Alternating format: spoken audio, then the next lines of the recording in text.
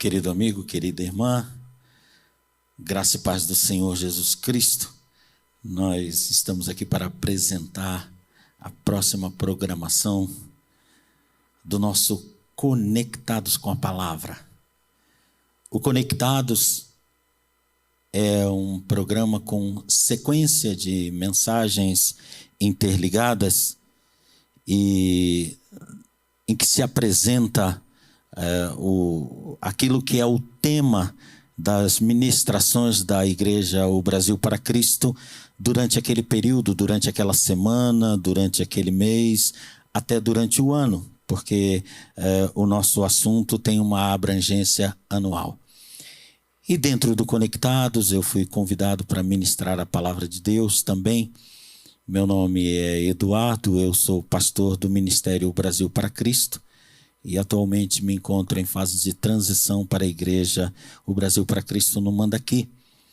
E com a permissão e o convite do meu querido pastor Joel Estevanato, estou agora iniciando uma série de ministrações dentro de um tema principal, que são 19 segredos da frutificação. E então, nesses 19 episódios, eu vou estar abordando da maneira mais sequencial possível 19 buscas pessoais, buscas particulares na nossa vida, que uma vez atingidas, uma vez a consequência dela sendo atingida, nós acabaremos por naturalmente frutificar. As plantas de onde o Senhor Jesus Cristo tirou este exemplo, de onde a palavra de Deus tira esta figura, elas não têm a preocupação em frutificar. Elas têm que suprir as necessidades existenciais delas como plantas para oferecerem fruto, caso sejam árvores frutíferas, é claro. Então, elas apenas absorvem da natureza aquilo que lhes é necessário e aí naturalmente frutificam. Nós temos a natureza espiritual, nós somos gerados em Cristo pelo Espírito Santo. Então, qual é o nosso esforço em frutificar? Nenhum. Nós nos esforçamos, isto sim, para compreender os requisitos do Espírito Santo em quem fomos gerados, aquilo que lhe é agradável, e uma vez entendendo, compreendendo, recebendo dele essa ministração, nós vamos tomando posse, nós vamos inserindo em nós aquilo que o Espírito Santo pela palavra nos orienta, e aí nós naturalmente apareceremos com os nossos galhos carregados do fruto que abençoa vidas, que fortalece, que vivifica aquele que está próximo da morte ou mesmo numa condição já desesperadora. Então acompanhe conosco nesses 19 episódios que nós vamos apresentar. E eu tenho certeza no Senhor, porque não dependo de mim, não dependemos do que é humano, mas dependemos do Espírito Santo e sabemos que Ele está interessado em abençoar a sua vida. Então acompanhe conosco o programa Conectados, 19 segredos para a frutificação, pastor Eduardo, Igreja O Brasil para Cristo no Mandaqui. Quero orar com você agora para nós iniciarmos a nossa programação. Pai querido, iniciaremos, Senhor, esta sequência de mensagem e esses episódios, e eu te peço, Senhor, que dia após dia eles alcancem vidas, e essas vidas sejam, Senhor, abençoadas por Ti.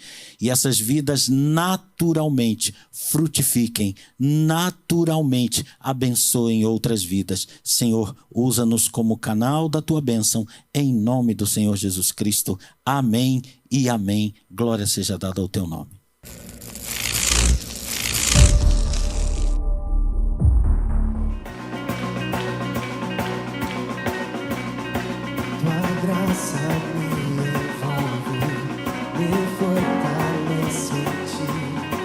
Trocaste o mal em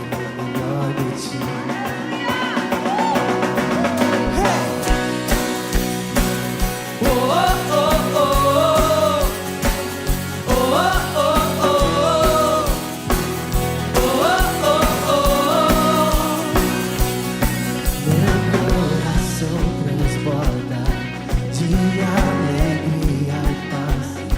Trocaste o mal em mim pelo melhor de ti. Teus sonhos são meus sonhos, estou em tuas mãos. A vida tem sentido se viver pra ti. Eu rendo a ti meu coração,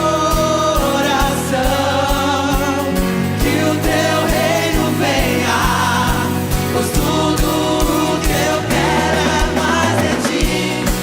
Quanto menos de mim, mais de ti, que cresça mais e mais tua luz, que o mundo inteiro possa ver. Deus, sim, tu és libertador, sim, tu és meu guia. Com tudo que sou, eu quero só a ti. Me faz o teu reflexo, que possam ver-te em mim, que a glória que eu receba seja dada a ti.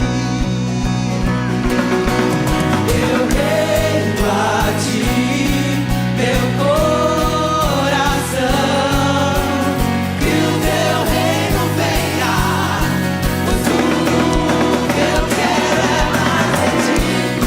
Quanto menos de mim, mais de ti, que cresça mais e mais tua luz, que o mundo inteiro possa ver. Deus, sim, tu és, Deus, sim, tu és libertador, sim, tu és meu guia. Com tudo que sou, eu quero só a ti. Oh, oh, oh,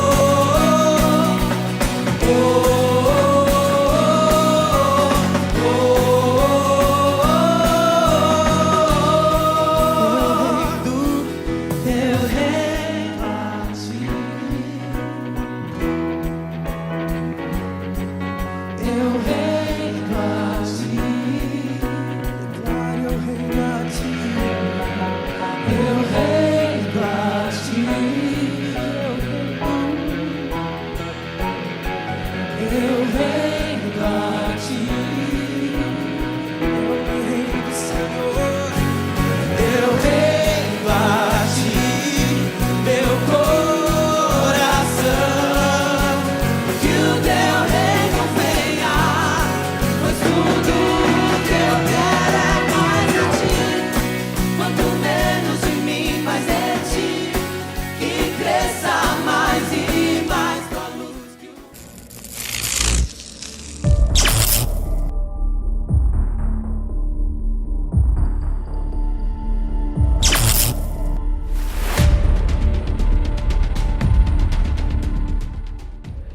Graça e paz de nosso Senhor e Salvador Jesus Cristo. Nós estamos na nossa sequência de ministrações com o tema 19 segredos da frutificação. E estamos agora no nosso 17º episódio, que trata de frutificação é resposta de dependência secreta. E nós vamos falar sobre quando nossa sabedoria e nossas virtudes não são nossa fonte de confiança, mas nosso manancial é o Senhor. Para ministrarmos sobre esse tema, nós vamos abrir a palavra do Senhor lá no livro do profeta Isaías, no capítulo 36, e nós vamos ler do verso 18 de Isaías até o capítulo 37, verso 1. São 6 versículos que nós vamos ler em sequência. Vamos lá. Não vos engane, Ezequias, dizendo: o Senhor nos livrará. Porventura, os deuses das nações livraram cada um a sua terra das mãos do rei da Assíria? Onde estão os deuses de Ramate e Arpade? Onde estão os deuses de Sefarvaim? Porventura, livraram eles a Samaria das minhas mãos? Quais são eles, dentre todos os deuses desses países, os que livraram a sua terra das minhas mãos, para que o Senhor livrasse a Jerusalém das minhas mãos? Mas eles, os servos de Ezequias, calaram-se e não responderam palavra, porque havia mandado do rei, dizendo: não lhe respondereis.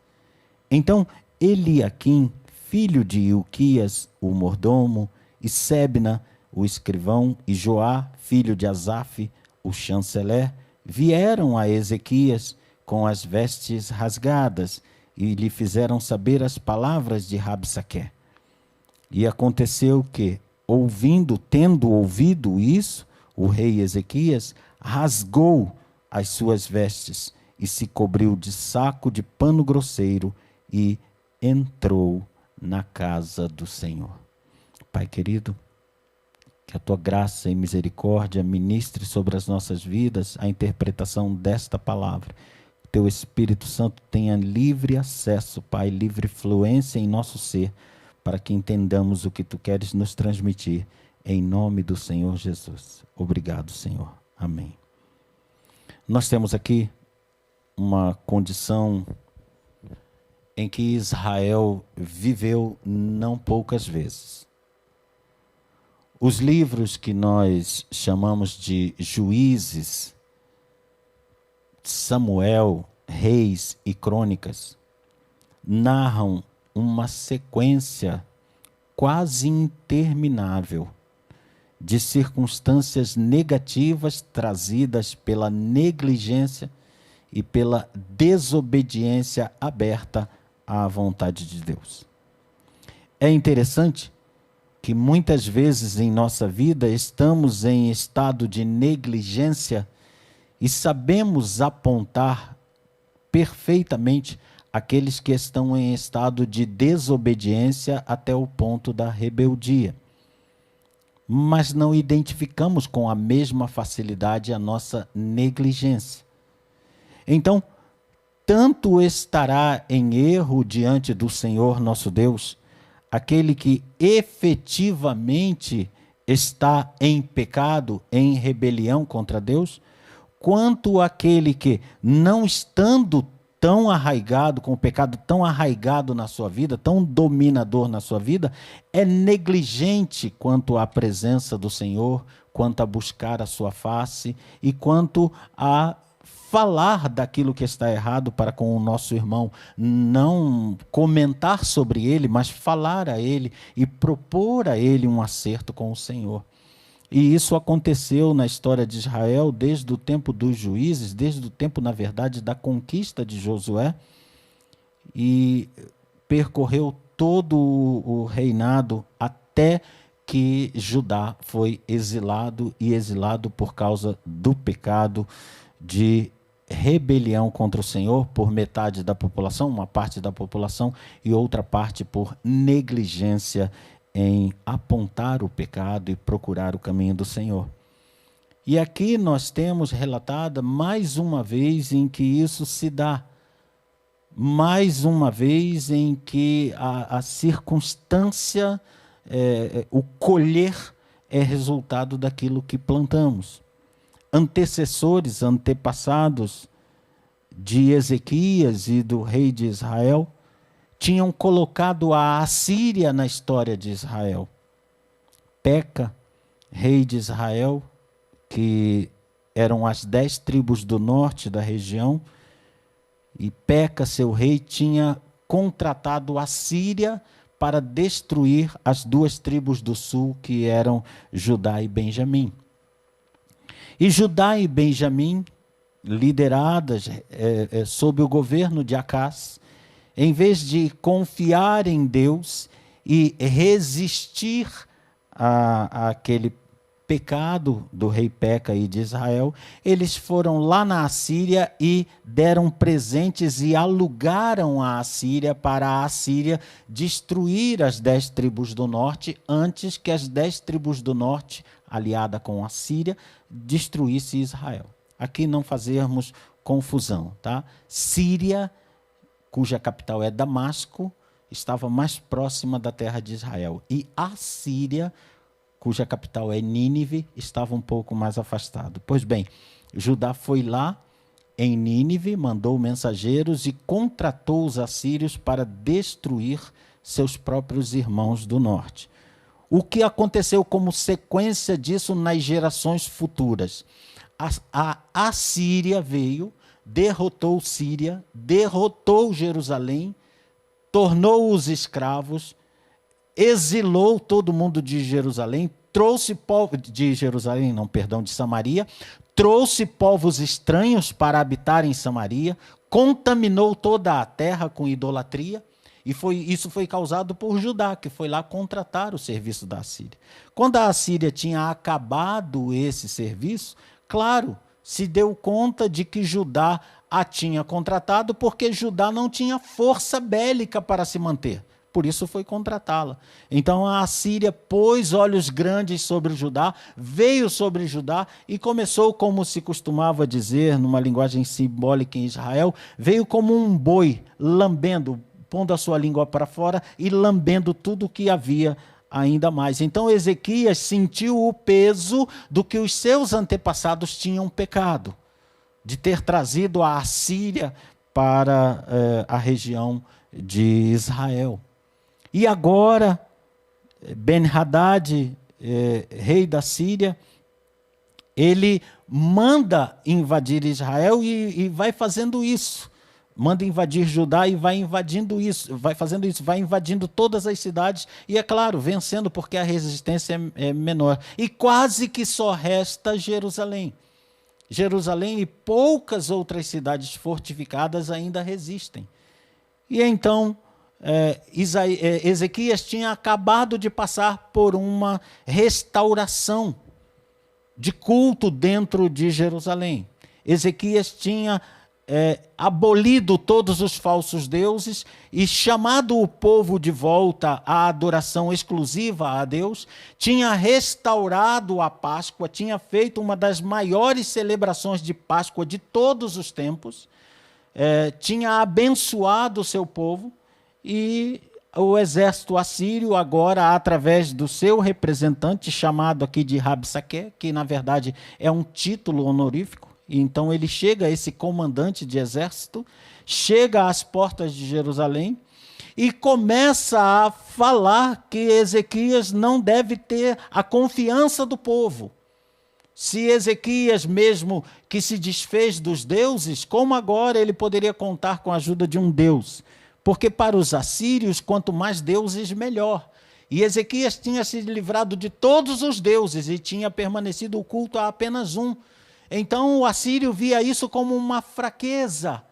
Por que não depender de vários deuses? Ao Deus do céu, ao Deus da chuva, ao Deus dos rios, ao Deus da campina, ao Deus da montanha, ao Deus das trevas, ao Deus da luz, ao Deus dos animais, ao Deus da sorte, ao Deus da bebida, a toda sorte de Deus. E Ezequias, ao se livrar de todos os deuses e ficar na dependência de um, ele certamente enfraqueceu o seu lado espiritual. E os assírios agora dizem, nós temos vários deuses, nós confiamos em todos os deuses de todas as áreas da natureza. Nós temos o Deus do sol, nós temos o Deus das estrelas, nós temos o Deus das constelações, nós temos toda a sorte de Deus a nosso favor. E Ezequias, olha como ele se enfraqueceu, ele agora está apenas com um Deus lá, e o Deus dele nem tem figuração. O Deus dele é um Deus invisível, o que poderá fazer esse Deus? E Rabsaque vem com toda a força do seu argumento assírio.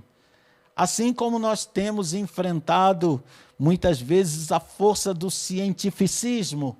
Não, você só tem as escrituras. Nós temos os livros de história, nós temos os livros de arqueologia, vocês só têm a escritura. Nós temos a ciência, nós temos o cientificismo, vocês só têm esse Deus de vocês. Quem é que vocês têm? E essa é uma luta que vai durar enquanto o homem estiver na terra. Sempre, na visão de quem está de fora, o nosso Deus é insuficiente. A nossa escritura é insuficiente, a nossa defesa é fraca. Mas a questão não se dá nunca, irmãos, no campo da teoria. ela não se dá nunca no campo da previsão humana. A história do mundo tem demonstrado que a Bíblia trabalha para além do campo da previsão humana e que Deus trabalha para além do que se possa esperar como certo, como fatal, como definitivo. Porque o Senhor sempre projeta para além disso. Nós sempre trabalhamos com tudo que possa ser possível.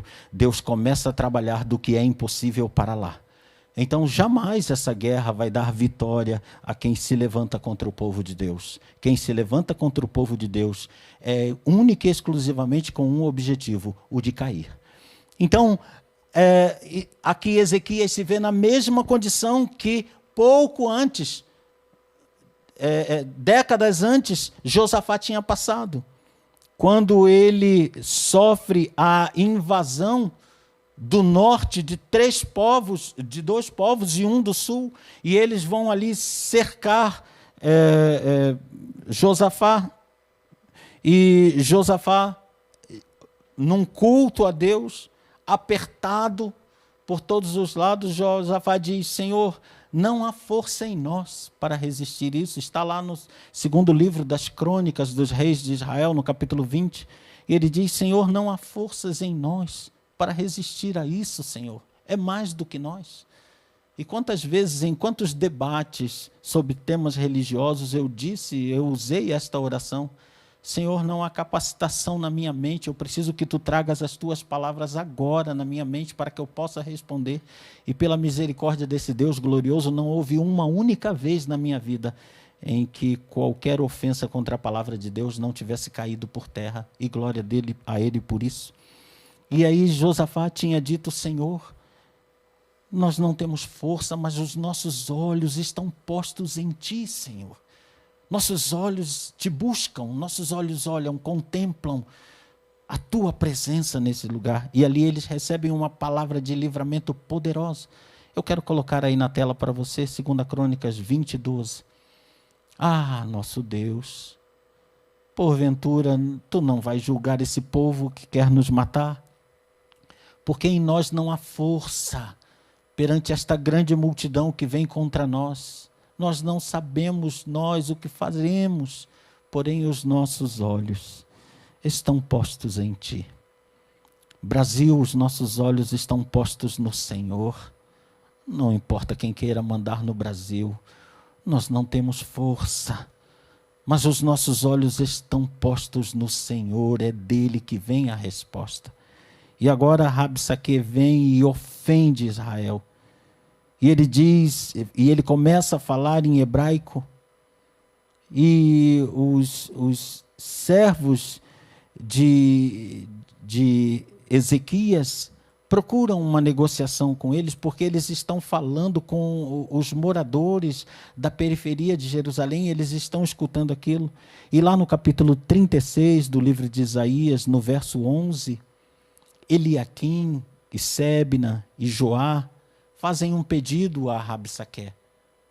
Eles dizem, então disse Eliaquim, e Sebna e Joá a Rabsaque: pedimos-te que fale aos teus servos em siríaco, porque nós bem o entendemos, mas não fales em judaico, aos ouvidos do povo que está nos muros.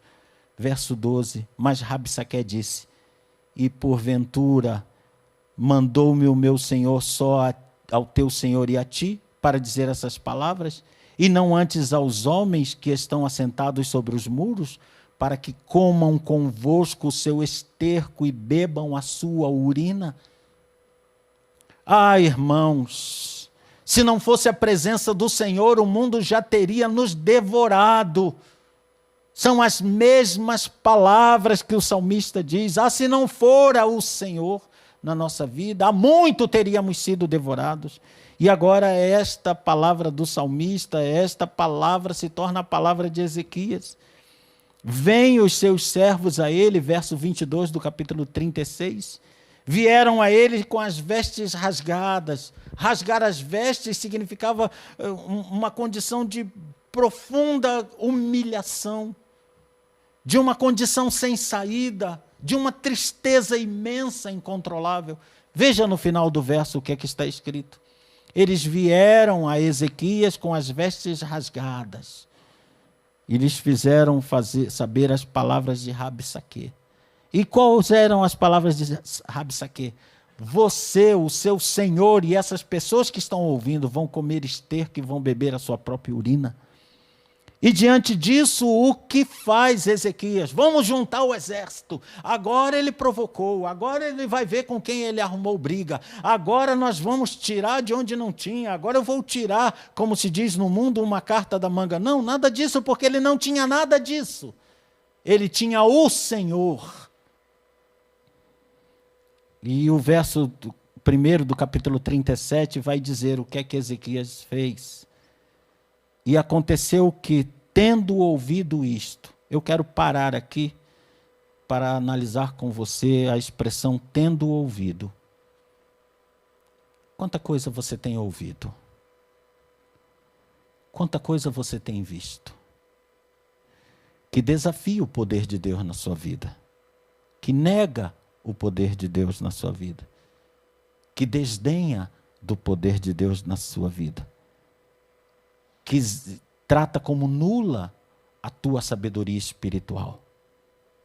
Que trata como nula a tua fé. Que questiona. Tudo que você tem é fé? Você não tem mais outra coisa? Você se livrou de todos os deuses da sua vida? Você se livrou do dinheiro? Você se livrou da posição social? Você não é nada nem é ninguém. O que você tem ouvido ultimamente? Quem te falou coisas que foram lá no fundo do coração como uma adaga pontuda e mortal e revolveu o fundo do seu coração e você desejava despejar nessa pessoa a sua ira, pelo menos através de palavras, através de xingamentos? E quantas vezes o Espírito Santo controlou o teu espírito e te perguntou: o que é que tu estás ouvindo? Já ouviste da minha parte a resposta para isso que tens visto e ouvido? Porque a palavra de Deus não é outra coisa senão aquilo que ouvimos, aquilo que vem contra nós pelos nossos ouvidos, pelos nossos olhos, aquilo que nitidamente se levanta contra nós e aquilo que Deus responde ao que se levanta contra nós. E eu te peço, antes de mais nada, ouça o que Deus tem a dizer sobre isso. E aí eu continuo a leitura. Tendo ouvido isto, o rei Ezequias rasgou as suas vestes, dizendo com isso a mesma palavra de Josafá: Senhor, não há força em mim. Ele se cobriu de saco de pano grosseiro, dizendo: Senhor, diante de ti, dessa circunstância, eu não sou rei, eu não sou nada, eu não tenho resposta. E aí Ezequias entrou na casa do Senhor. E aí aconteceu toda a diferença. Porque Deus falou para Ezequias de duas maneiras. Ele entrou na casa do Senhor para ajoelhar-se, mas enviou Eliaquim, o mordomo, lá na casa do profeta Isaías. Fale para Isaías que o que nós temos ouvido do mundo é isto. E relatou. E pega uma resposta de Isaías. Então Isaías mandou uma resposta para eles. Verso 6, assim você dirá ao rei de Israel. E Deus deu uma resposta: eu vou confundir o ataque assírio. Eu vou confundir essa nação. Ele vai ouvir um rumor de guerra e vai se afastar. E de fato, conforme a palavra de Isaías, a Assíria ouviu um rumor de guerra e se afastou do cerco de Jerusalém. Mas Rabsaque, e o mal é assim, e aqueles que odeiam a igreja agem assim. Ele não perdeu a oportunidade de dizer: eu vou, mas eu volto. Não pense você que essa coincidência evitou a sua ruína. Não foi o Deus de vocês que fez isso. Foi a coincidência, mas eu volto. E ele voltou. Porque quando o mal promete uma coisa, se não for intervenção de Deus, ele vai fazer. Mas quando ele voltou, aí Ezequias, quando houve a ameaça, ele volta para a casa do Senhor. Versículo 14. Então eu quero dizer para você que essa é uma praxe. Ouviu o que trouxe temor ao seu coração? Entra na casa do Senhor. Ouviu a confirmação daquela ameaça? Entra na casa do Senhor. Ouviu que já o Senhor deu vitória? Entra na casa do Senhor e agradece pela vitória. Porque a casa do Senhor é o lugar do tratar do Senhor e é o lugar da comemoração da vitória que veio do Senhor. E aí Ezequias entra e aí Deus não fala mais algo paliativo. Deus diz: a cidade de Jerusalém está rindo da Assíria. Porque de quem que ele está blasfemando? Ele está blasfemando do Santo de Israel.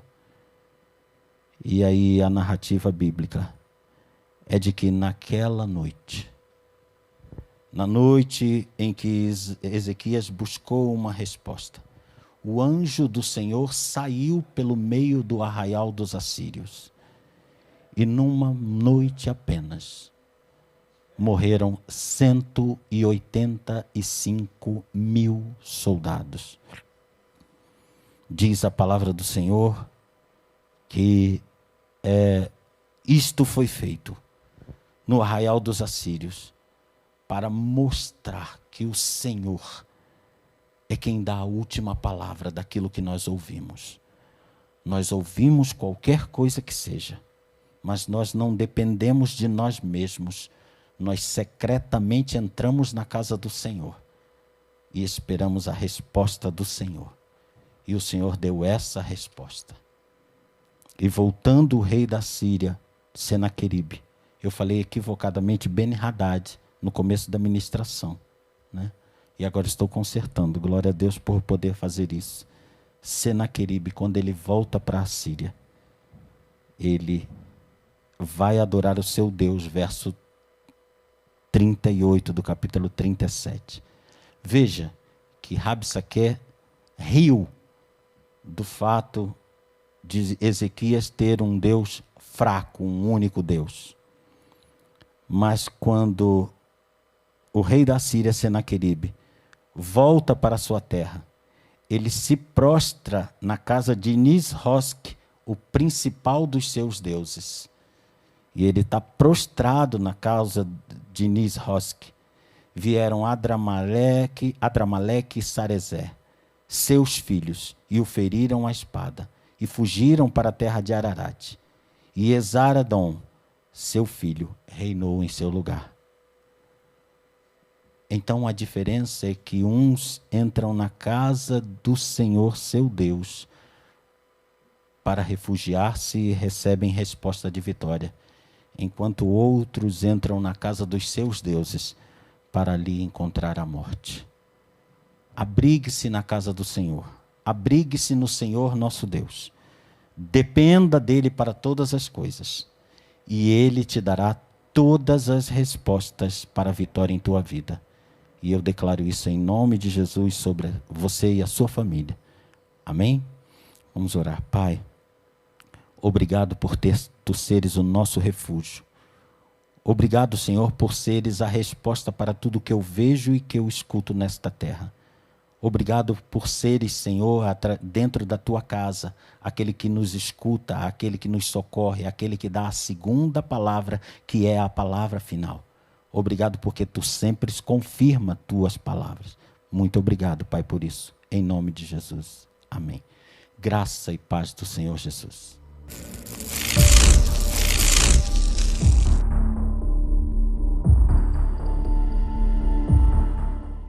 Meu querido irmão, querido amigo, essa programação é um culto que está chegando até você, online, está chegando no seu lar, no seu trabalho, aí no seu particular.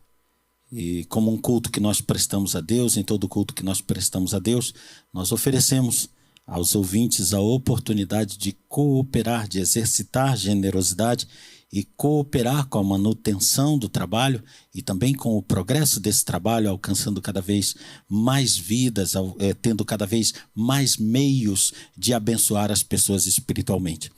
Então, aparecerá dentro aí de alguns instantes na sua tela as contas do nosso ministério, através das quais você pode cooperar com esse trabalho, já que também dentro de um culto nós ofertamos, apresentamos a Deus aquilo que o Espírito Santo nos convence a oferecer ao Senhor, não como forma de barganha. O Senhor não precisa de dinheiro, o Senhor é dono de todos os tesouros, de todas as riquezas, mas a igreja do Senhor, ela faz dá uma lição de generosidade quando ela permite que cada um de nós cumpra aquilo que está lá em 2 Coríntios, capítulo 9, e eu vou ler o verso 7, que é um verso que nós já conhecemos.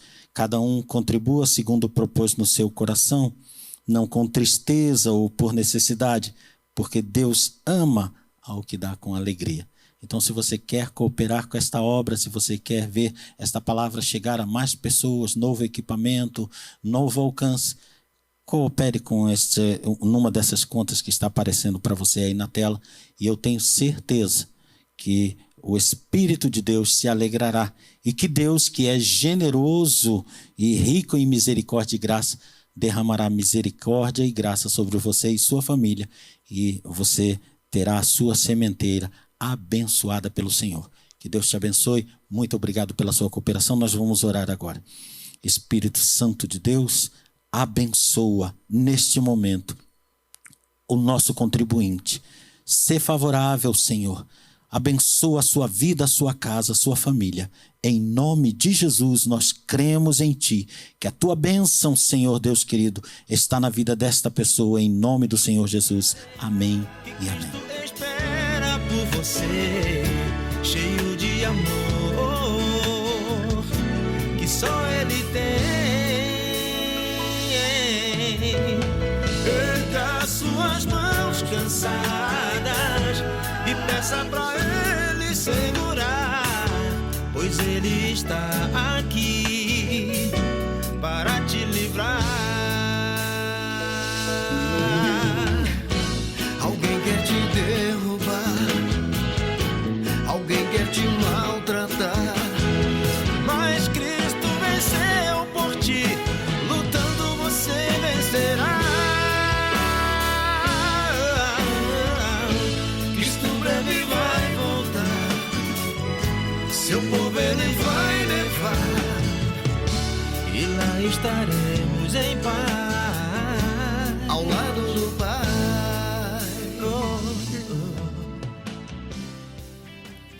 Eu quero agradecer ao Senhor nosso Deus pela rica oportunidade de ser ministro da palavra dele para o coração a quem ele quer abençoar. Eu quero agradecer a você que está assistindo esse vídeo. Quero agradecer porque você está, assim, me permitindo ler a palavra do Senhor e explaná-la para a bênção do seu coração. E quero dizer que estamos aqui nesses capítulos, nessas mensagens, procurando que você receba algo que sirva não apenas para quando está ouvindo, mas pelo restante da sua vida. Essa palavra seja orientadora e abençoadora da sua vida. Frutificar no Senhor é o objetivo que nós temos e esperamos estar alcançando com você. Que Deus o abençoe, que Deus o faça frutificar, que Deus o faça feliz, que Deus o faça abençoado, em nome do Senhor Jesus. Muito obrigado.